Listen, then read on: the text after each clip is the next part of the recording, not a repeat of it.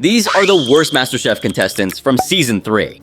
And to kick things off, let's talk about this contestant who had everyone hooked to their screens. If there was a time to flash a nip. Dude, shut up. Ryan is telling me, show them your nipples. Definitely, viewers were totally invested in his journey throughout the season, but here's the twist, people were actually hoping he would fail. That's just how irritating Tali Clavillo was. To put it bluntly, the guy was completely out of touch with reality. I might just serve it like this. You can serve it like that now? Yeah, I might do that. It looks good. So anyone who's even slightly familiar with the show knows about Tali. If you're searching for videos about the worst dishes or chefs on MasterChef, it's a given that Tali will pop up on those lists. Honestly, it wouldn't even be surprising if he accidentally ended up on a Hell's Kitchen list because of how off the rails he was. From the very beginning, it was clear that he wasn't exactly a top-notch cook. After winning the first Mystery Box Challenge, Felix got the golden ticket to the pantry, which came with a big advantage. You'll be cooking one of our 3 most intimidating dishes. Felix had the power to choose which type of fish the contestants had to work with, though the theme would still be set by the judges.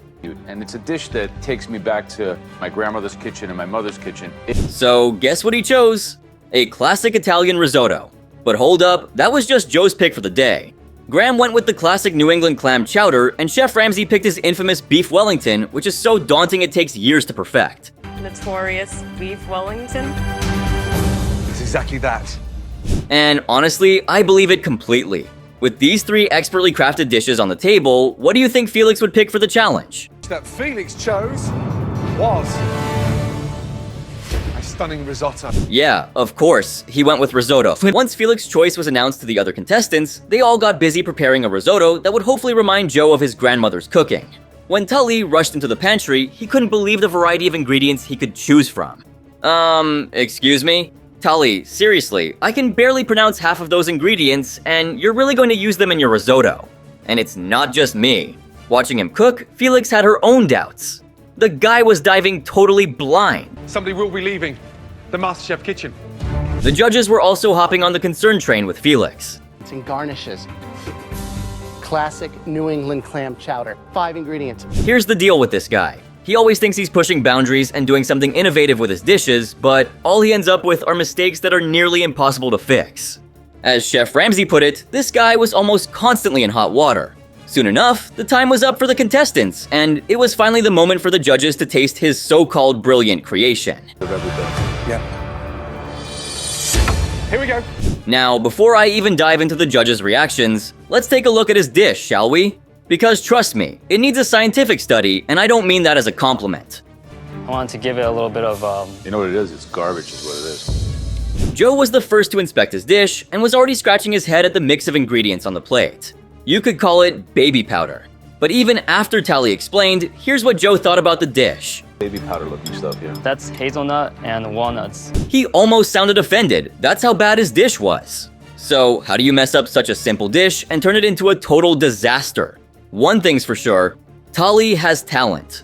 But it's a talent for making things go horribly wrong for everyone. And as for Chef Ramsay, well, let's just say he wasn't impressed at all. When Chef Ramsay calls something a disaster, you know he means it with full force. Given how bad that dish was, it's no surprise that Tali wasn't going to make it to the top 3. But Tali wasn't bothered in the slightest. While the judges were off deliberating who'd be sent home, Tali was deep in conversation with his best buddy, and we all know who that is. Talk about friendship goals. That conversation you overheard just shows that Tali was willing to do anything to stay in the competition, even if it meant throwing someone else under the bus. But hey, here's a simpler idea.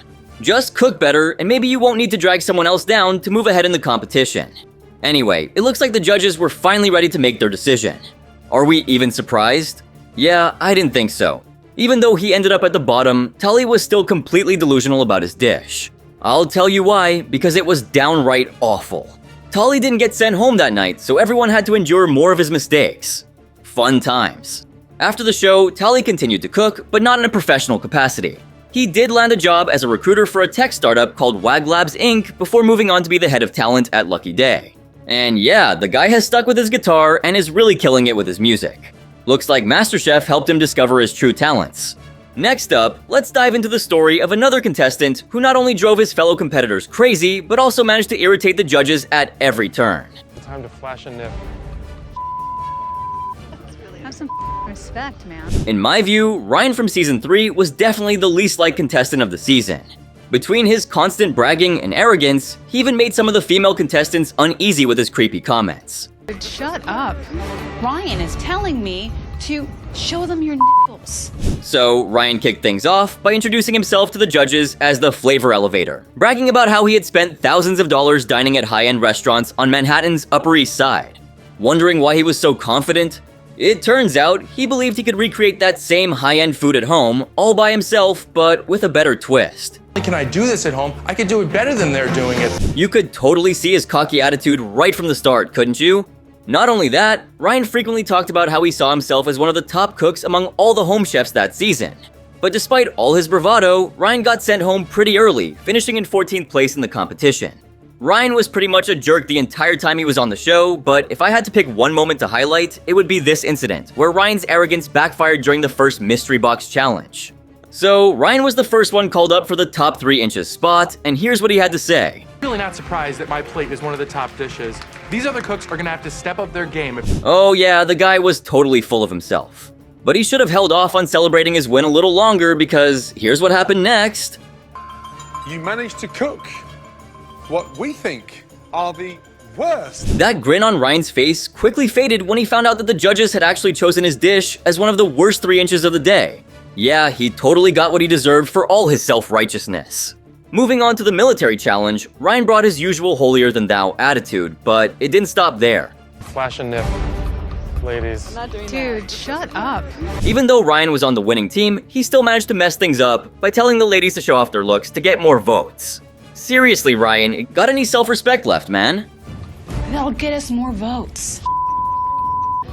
Have some respect, man. Now that I've highlighted Ryan Umane's arrogant and misogynistic side, let's dive into his self-proclaimed attitude. In episode 6, Chef Ramsay took a little jab at Ryan, but his self-absorbed nature completely missed the point. I'd like to see Ryan on my team next. Wow. Wow, wow, wow.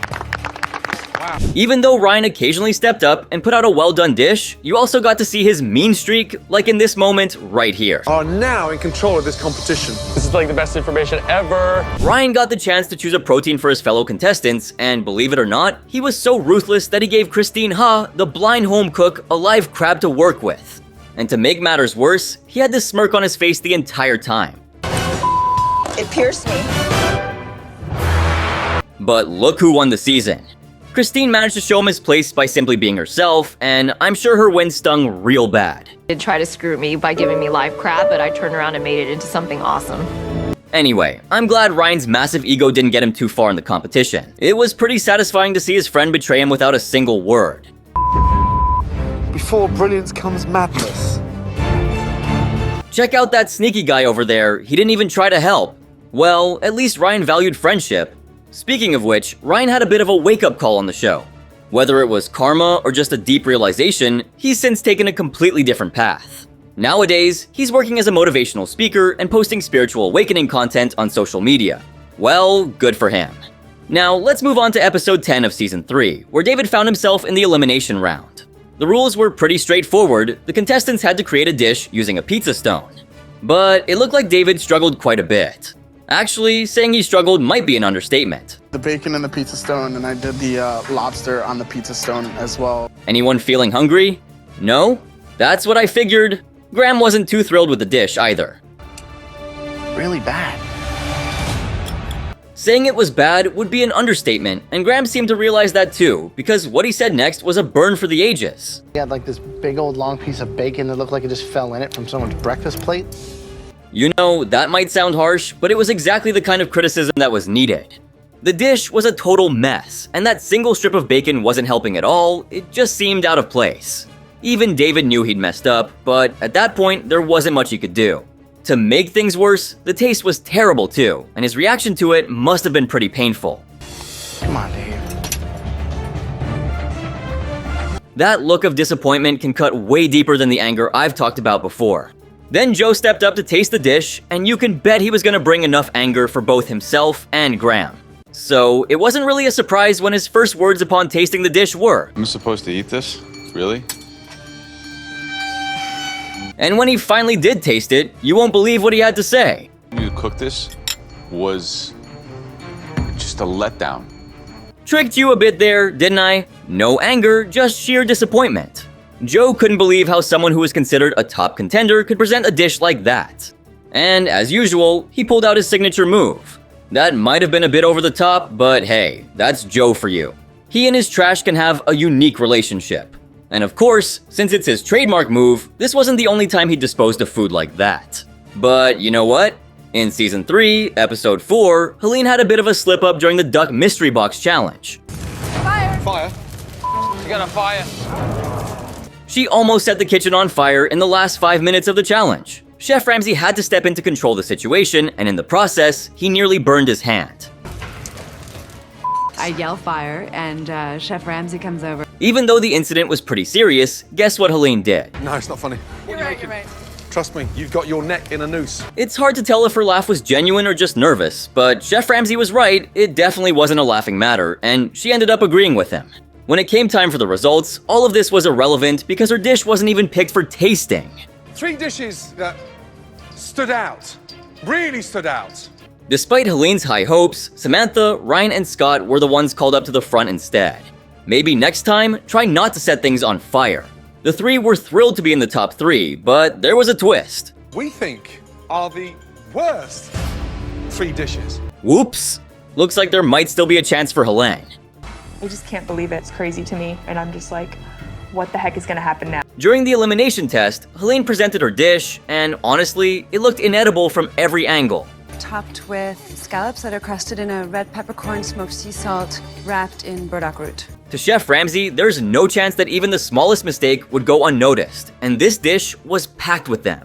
From the moment he laid eyes on it, Chef Ramsay immediately spotted the problem. The center of that bright grain of rice, what does that mean? It wasn't a matter of maybe, the rice was definitely undercooked. But that wasn't the only issue with the dish, it was just the beginning. A basket. Oh God, I could scream. A burdock basket? Did she think MasterChef was some sort of craft show or something? Chef Ramsay was on the verge of pulling his hair out because the dish was so off. And to make matters worse, the scallops inside were completely raw. At this point, it almost seemed like Helen was trying to get eliminated because there's no way someone who genuinely wanted to stay on the show would present raw food so boldly. First, the rice was raw, then the scallops were raw. Was there anything on that plate that was actually cooked? Chef Ramsay was incredibly disappointed, and his next comments were completely justified. The MasterChef trophy, I'm thinking, nah. That was Chef Ramsay's take, but as I mentioned earlier, it's time for Joe. If I were Helen, I'd probably start crying right there.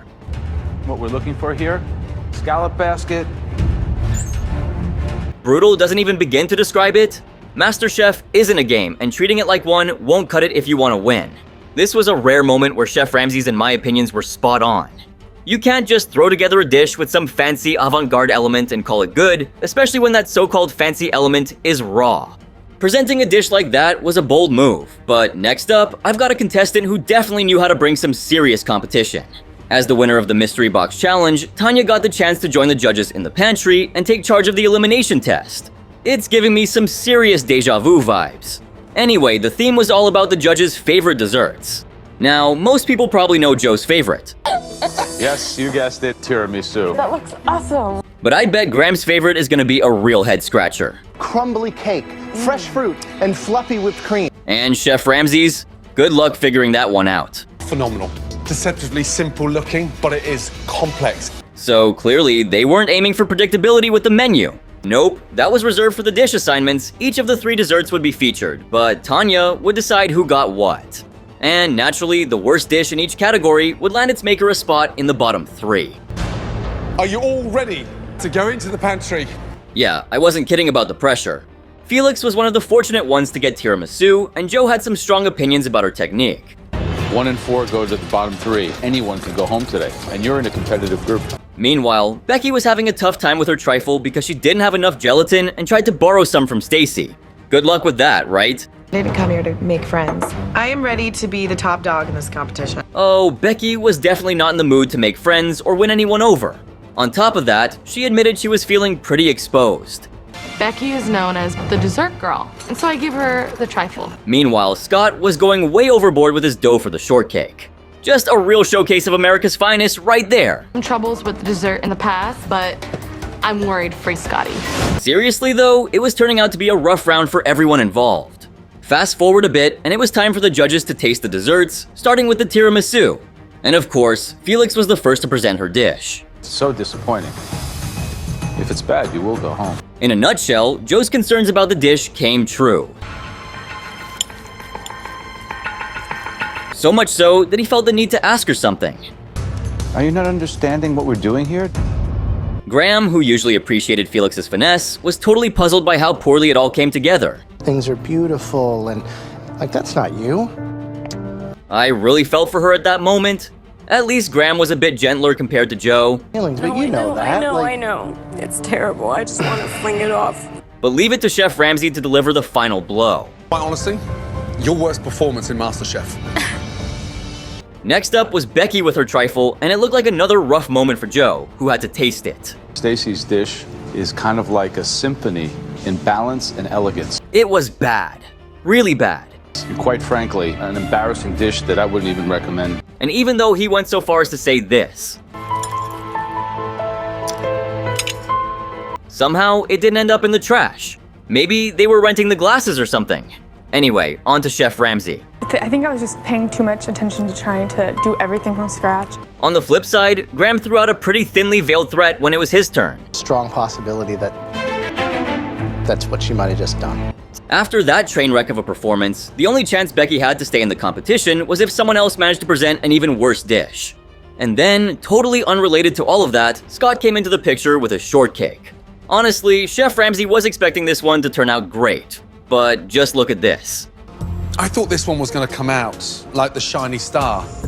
Yeah, it's never a good sign when Chef Ramsay totally trashes your plating like that. So much so that it was almost a miracle Joe managed to get a full bite of it. One of the few people here that I will be friends with for a long time. I hate that he's the one I have to beat, but you know what?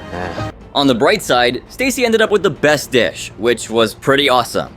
She got to be the team captain next time and everything. But they couldn't put off the inevitable forever.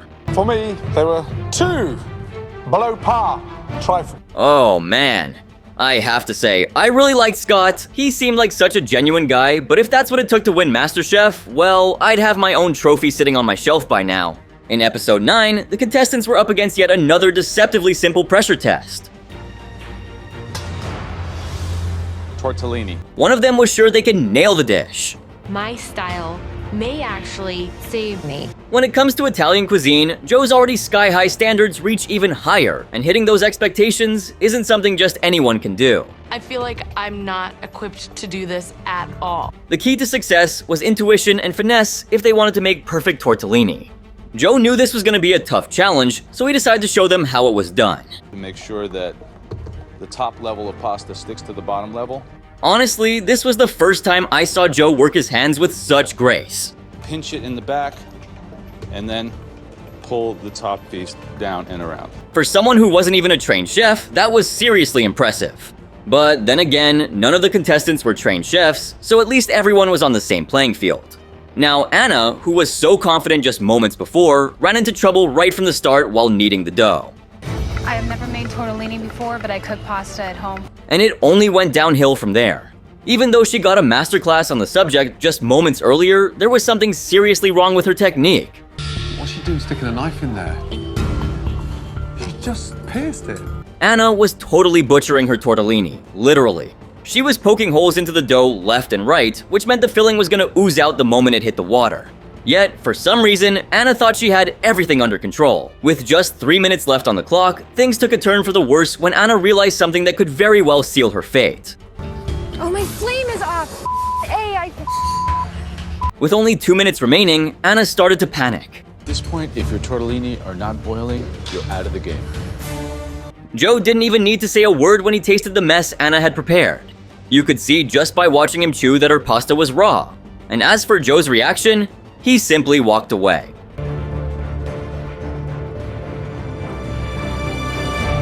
When I saw this unfold live, I fully expected some epic trash can action, but apparently that wasn't in the cards for today.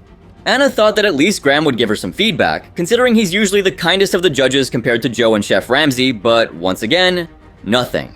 The tension was off the charts as Chef Ramsay walked over, and he finally said what the others didn't even bother to. That's his rule.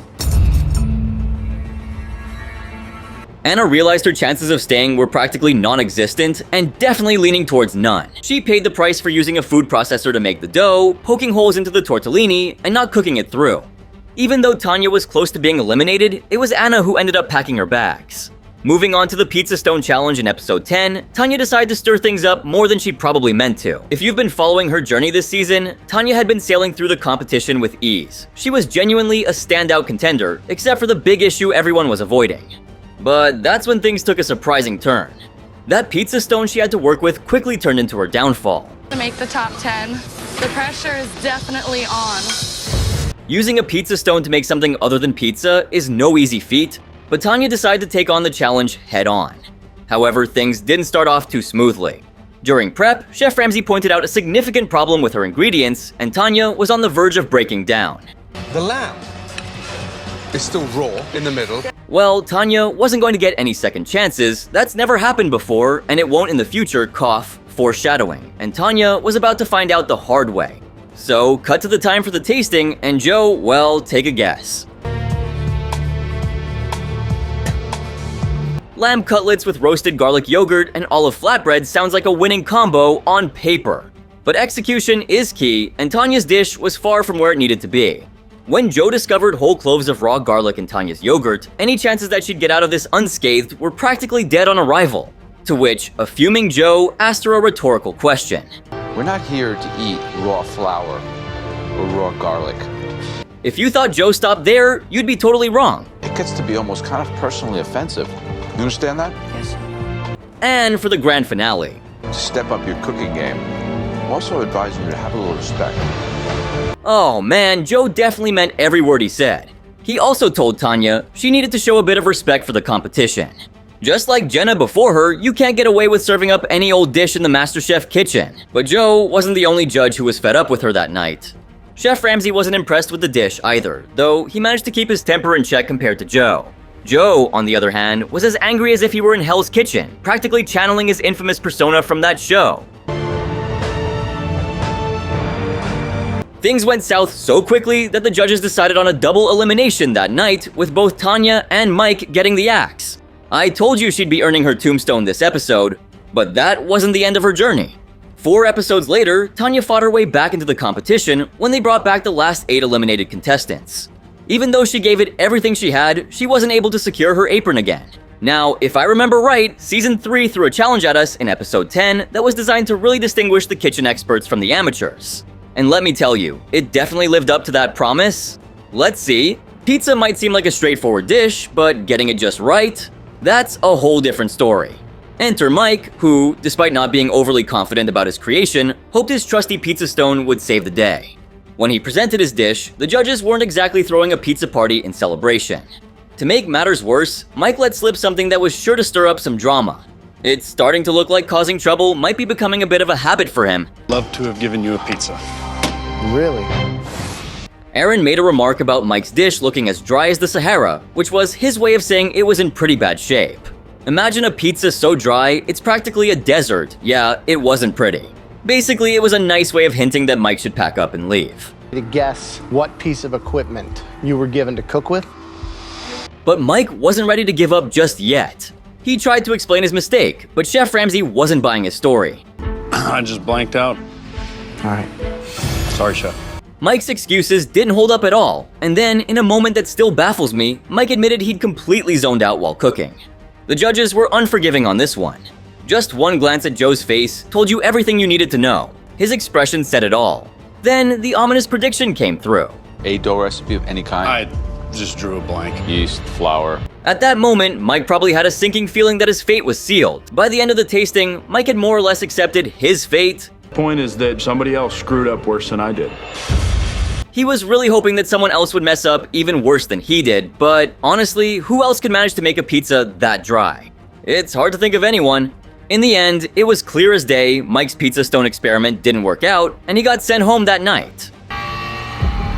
Hope there's not a blank space at your cooking station tomorrow.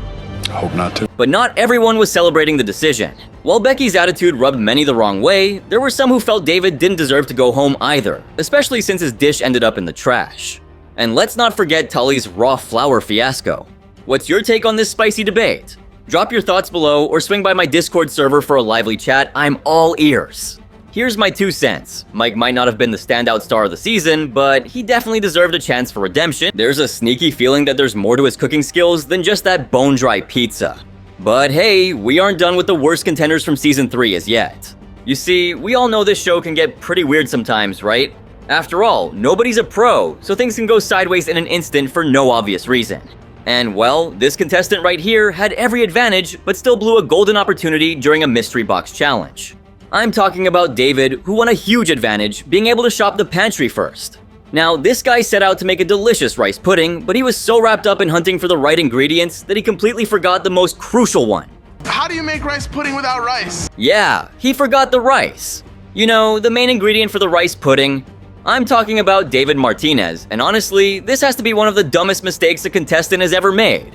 In episode 15, during the Mystery Box Challenge, David wowed everyone with a spot prawn ceviche that got high praise from both Joe and Chef Ramsay. That's no small achievement. This performance landed him in the top 3 and eventually won him the challenge. Moving on to the savory to sweet hybrids invention test, David chose corn as his dessert ingredient. He wanted to honor his mother by making a corn-based rice pudding. So far, so good, right? But here we are again. David raced into the MasterChef pantry, grabbing everything for his rice pudding except for the rice. One of my competitors has grabbed rice. It was only after he left the pantry that he realized just how badly he'd messed up. Is not gonna use it. Monty, ¿tienes arroz? Arroz no. When he tried to fix it, the judges laid down the rules. No going back to the pantry. David runs by and asks me if I have any rice, and I don't, but if I had it, I probably wouldn't give it to him. David scrambled to find some rice, and luckily, Becky had a little bit that she generously gave him. However, the judges were not too thrilled about the whole situation. He's a lucky, lucky boy. Just gave him the key to the city. Chef Ramsay came over to check on David, making it clear how much he owed Becky. But did he? Let's find out. Eventually, David served up his corn and rice pudding, which he paired with a salted caramel sauce. Unfortunately, things didn't go as planned. Unedibly disgusting. Brutal! Graham didn't hold back either, calling it one of David's worst dishes. Chef Ramsay was visibly let down too, especially given the huge advantage David had. I mean, some serious spices there. In the end, David's dish landed him in the bottom 3, though he managed to avoid elimination. Still, I can't help but feel like he should have been sent home instead of Felix. So with that, we've come to the end of this video. But hey, those are just my picks for the worst contestants from Season 3, MasterChef. But who, according to you, was the worst? Make sure to rank them based on culinary skill and attitude in the comments down below. And if you thought this video was crazy, then make sure to check out the next video right here. Believe me, it's going to be one hell of a ride.